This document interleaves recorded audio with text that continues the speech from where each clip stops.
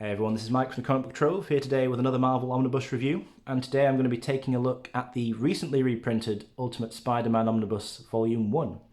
Now this is a book that I'm particularly excited about adding to my collection. I'm sure a lot of other people are as well, because this is one that was out of print and very hard to find for a long time, so it's just great that it's been made available again, not least of all because it's a really good series, very enjoyable read, and before I even go into the book, I'm going to tell you that I highly recommend it to anybody.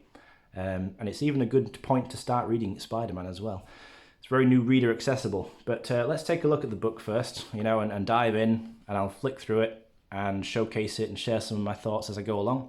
The dust jacket here, first of all, this is one of the direct market variants. There were 3 cover choices all in all, and this one was the one that stood out to me. I thought it was very cool. This Venom cover with the whole purple kind of border motif going on by Bagley.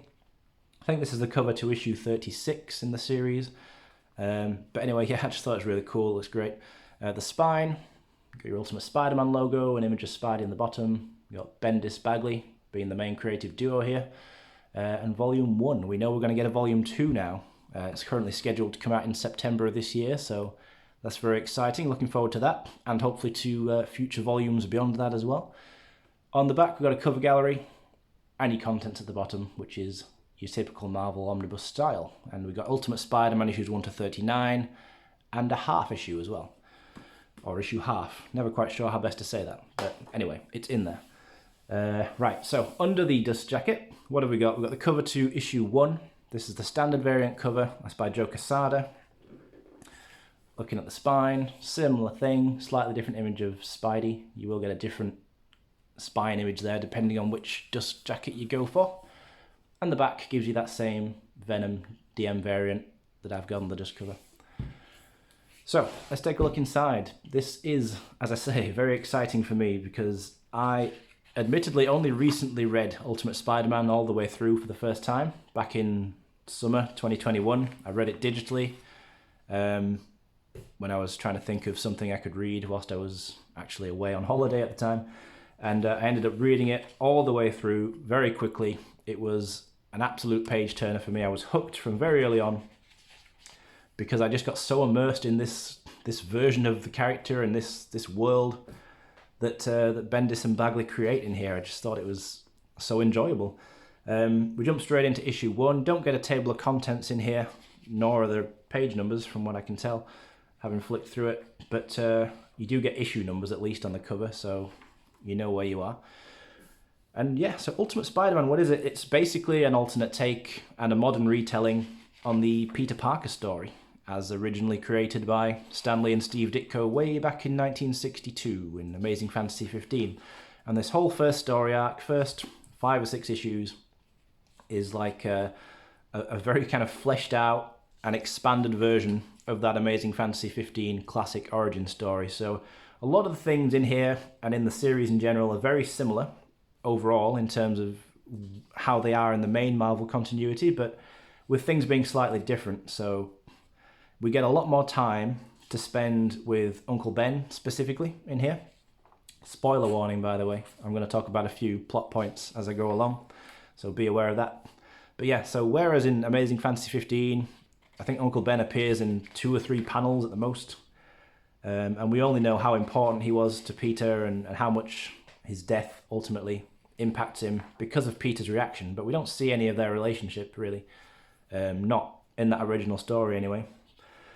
In here we do. We get a lot more time with Uncle Ben and a lot more insight into how important he is in Peter's life, as well as Aunt May, of course. And we also get a lot more insight into Peter Parker's life in high school and his kind of social status as the the kind of geeky kid, and how he gets bullied for that. And another difference as well is you've got Mary Jane in here from the very beginning as well. So whereas she was introduced slightly further down the line originally in issue, I think 42 of Amazing Spider-Man when she first fully appeared, in here she's there from the very beginning, and she's his kind of best friend, and not too far into this she becomes his girlfriend. And it's just great to see this kind of really well written almost teen drama going on. And what I've always said about Spider-Man, if you've seen any of my other Spider-Man reviews, I've done quite a few at this point on the channel, I've always said and I've always felt that the key to a great Spider-Man series and story is when you can have a writer who perfectly balances and manages to coordinate Peter's life as Spider-Man and just as himself. You know, if you can somehow make the Spider-Man antics equally as interesting to the Peter Parker personal stuff, then you're definitely on the right track. And Brian Michael Bendis does a great job of that consistently throughout just about all of Ultimate Spider-Man from beginning to end. And that's no small accomplishment, given that he was writing this series continuously, although it went through a few different incarnations, but that doesn't need to be talked about too much right now. But the guy was writing it for 18 years, you know, from 2000 when this started up to 2018 when he finally left Marvel. So we get a lot of the same story beats though, you know, he gets bitten by the spider, gains the powers, tries it out wrestling, and of course ultimately realizes through tragedy that he needs to use his powers more responsibly. Yeah, so it's just really well written. Like I say, it's just really cool to see this more modern version of things. And for me, you know, the key is the characters.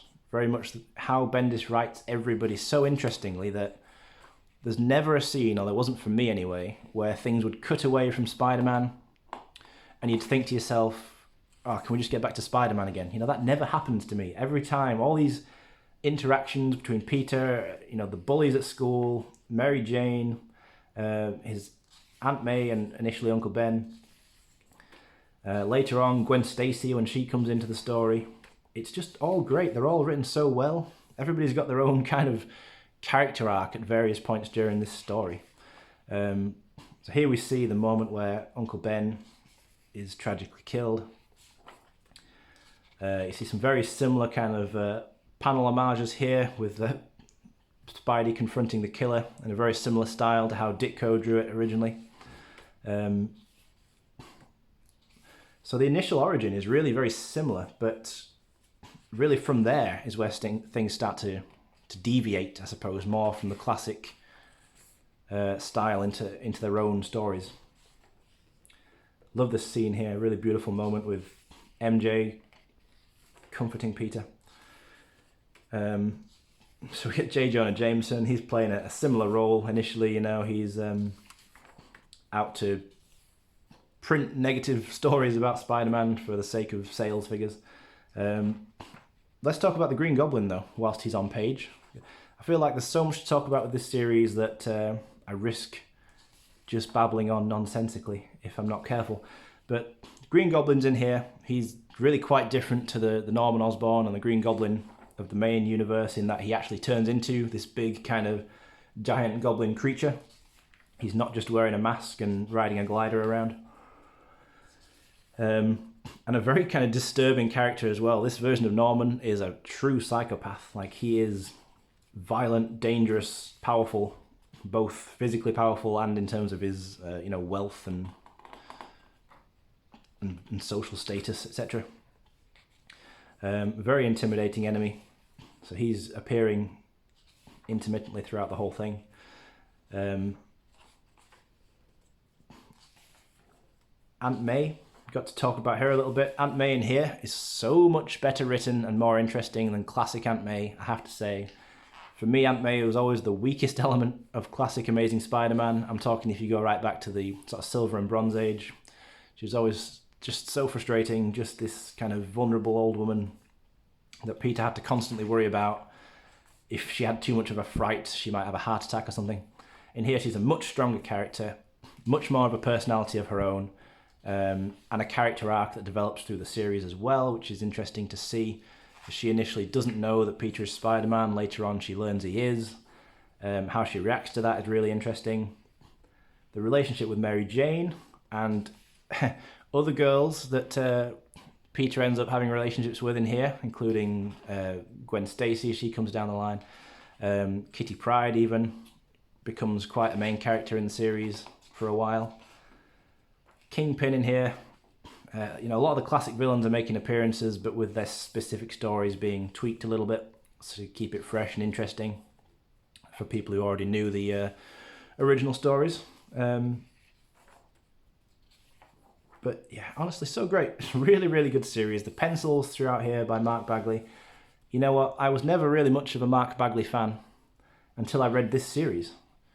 And I think that's just because some art styles really suit the tone of certain books.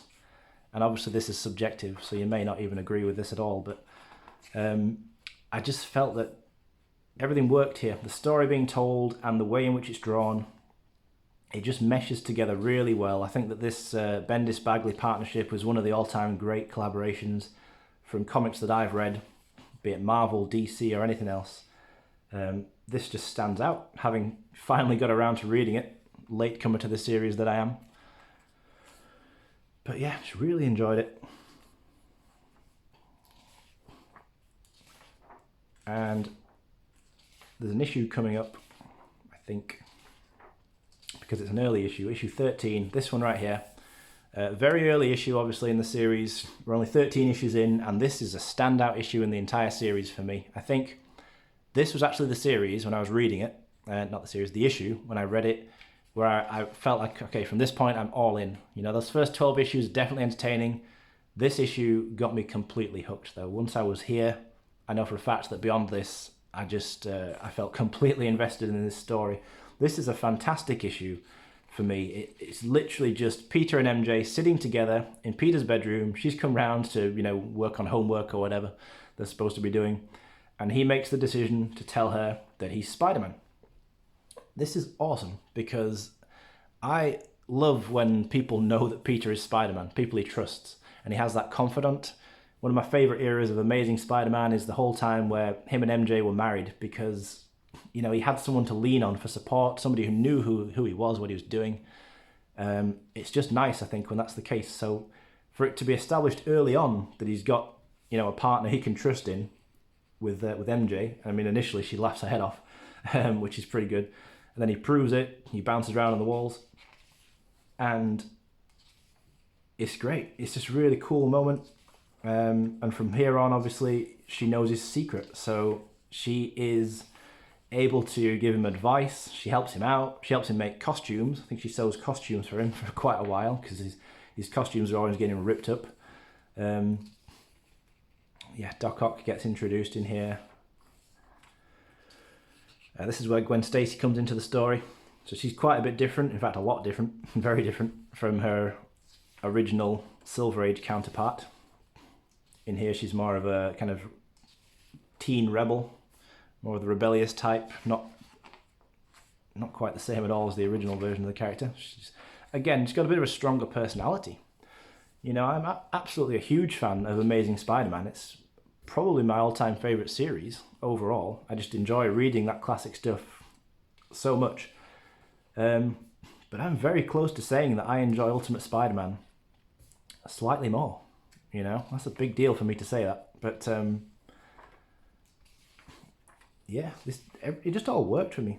You know, sometimes I think you just read something that it just it ticks all the boxes for what you want as a reader, and this came very close to what I would describe as being a perfect series to read. I suppose the things that stand out and are in a way sort of slight imperfections, but this is nitpicking, is just the way that sometimes Bendis writes slightly cringy dialogue for some of these teen characters when he's coming up with the kind of slang and colloquialisms or whatever for them to kind of be talking to each other with. Basically what he thought, I suppose, were the cool things that kids might say. And sometimes it just doesn't work. It just kind of makes you think, I don't think anybody ever really said that. But you know, that is such a small nitpick in the grand scheme of things. It never ever stopped me from enjoying anything in any serious way. So as the story goes on, Peter starts to get kind of drawn into more and more conflicts with all these different supervillains. You know, as I flip through here, we've seen Kingpin, Green Goblin, Doc Ock, Kraven the Hunter comes in a little bit, although the Kraven story is really interesting. That doesn't end the way I expected it to. That was a lot of fun. Kraven here, issue 21. So that's a pretty good fight. And I'll just leave it at that for now. I'll let you discover on your own exactly how it ends. But more and more people start to discover who Peter is, more villains, more of the people he obviously doesn't want to know who he is.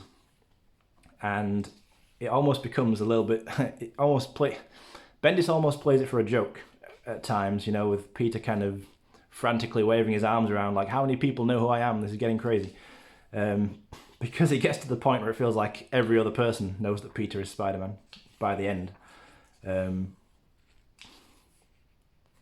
it certainly makes things quite tense when a lot of people are figuring out who he is. But here we go. Green Goblin again. Tell you that this version, Green Goblin, really creepy. Like power mad psychopath.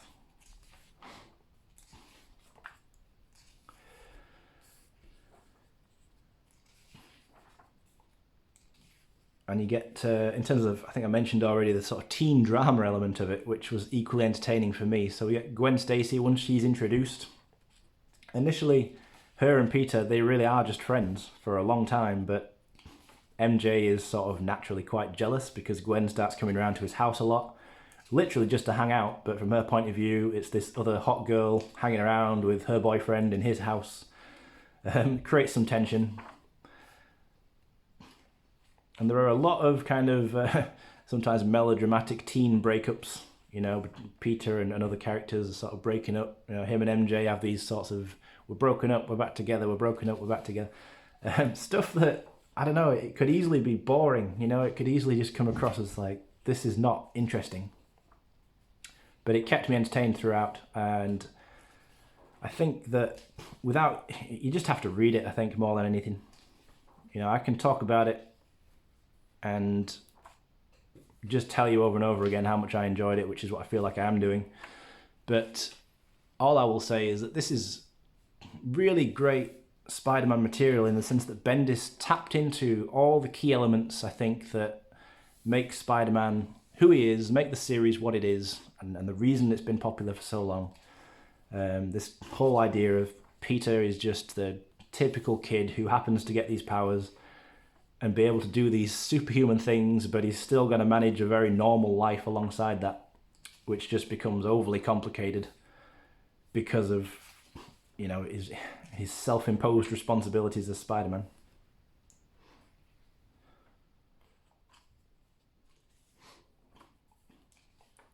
So you really feel for Peter in here. I mean, like you always did, really, in a lot of Amazing Spider-Man issues as well, but Bendis just does this great job. I think because this whole thing is written by one writer, that helps enormously. And, with one artist as well in Bagley for a long time, you get a great sense of consistency running through this series. And it really does feel like one long story all the way up until the end, because Bendis knows exactly what he's doing with these characters. He's introducing them and he's able to tell his own story because it's outside of main Marvel continuity.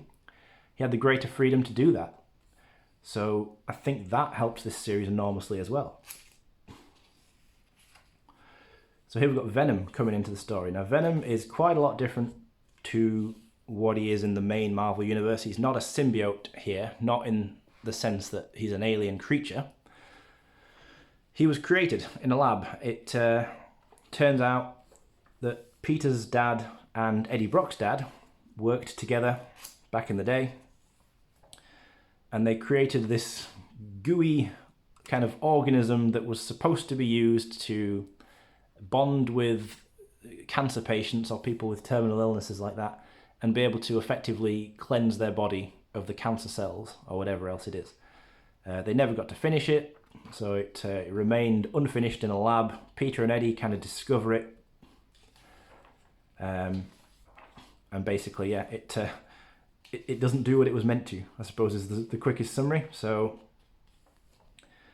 we see it bond with Peter very briefly.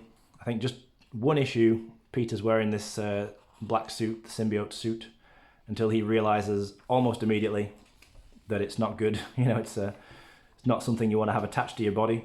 So he kind of rids himself of it.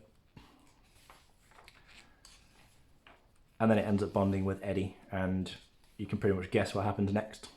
We get Venom in the more traditional sense, the villainous version of Venom. But this Venom needs to eat people. So it literally needs to kind of absorb life force from people. That's the main problem with it. So it does the opposite of what it's supposed to do. It doesn't just take out, you know, unhealthy cells from the body. It literally drains your entire body of life force. So in order for it to stop it from killing the host needs to allow it to basically eat other people. So Peter's obviously not willing to let that happen, but Eddie Brock is a lot less concerned with the morality of that. So yeah, that's what happens. And you end up with this pretty cool showdown in the rain. I think this is happening initially right outside Peter's school, and he's not even in his costume, so he's got the added stress of somebody just looking out the window and seeing him. The whole thing's really just this really fun roller coaster ride.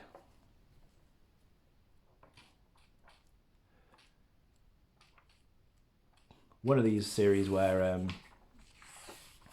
for me anyway, as soon as I finished an issue, I had to immediately read the next issue. So I ended up reading all of Ultimate Spider-Man, like 200 issues or whatever, in a couple of weeks, I think.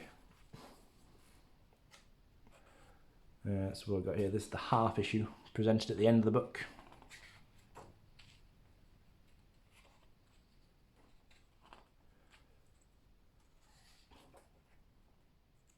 Hopefully then, as I've gone through here, you've gained a good understanding of what the book is like. Anybody who's not read Ultimate Spider-Man, maybe you have a better idea of if you want to check it out.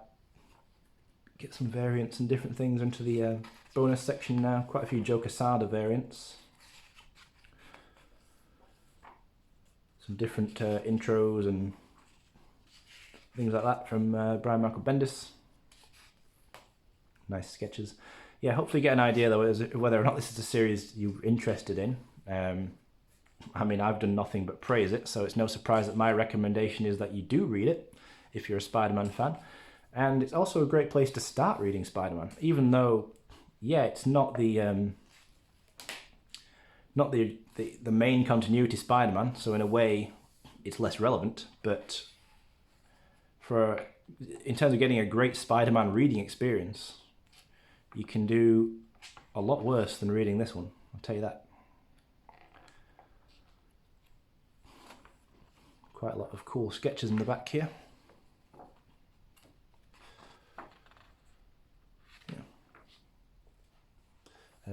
Yeah, that was the other DM variant choice, by the way, that Joe Quesada pinup.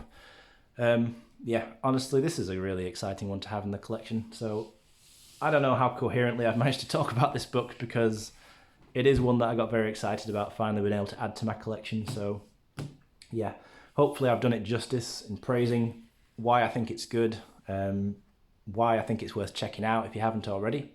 And all I can really say is that I'm very much already looking forward to getting volume 2, and I really hope that Marvel announce, I think, volumes 3 and 4. 4 volumes should do it in terms of collecting the full series and leading up to the eventual point in the story where Miles Morales takes over. So yeah, thanks guys for checking this video out and for watching it all the way through. If you've made it this far, always appreciate that. Let me know your thoughts on Ultimate Spider-Man, both this book and the series in general.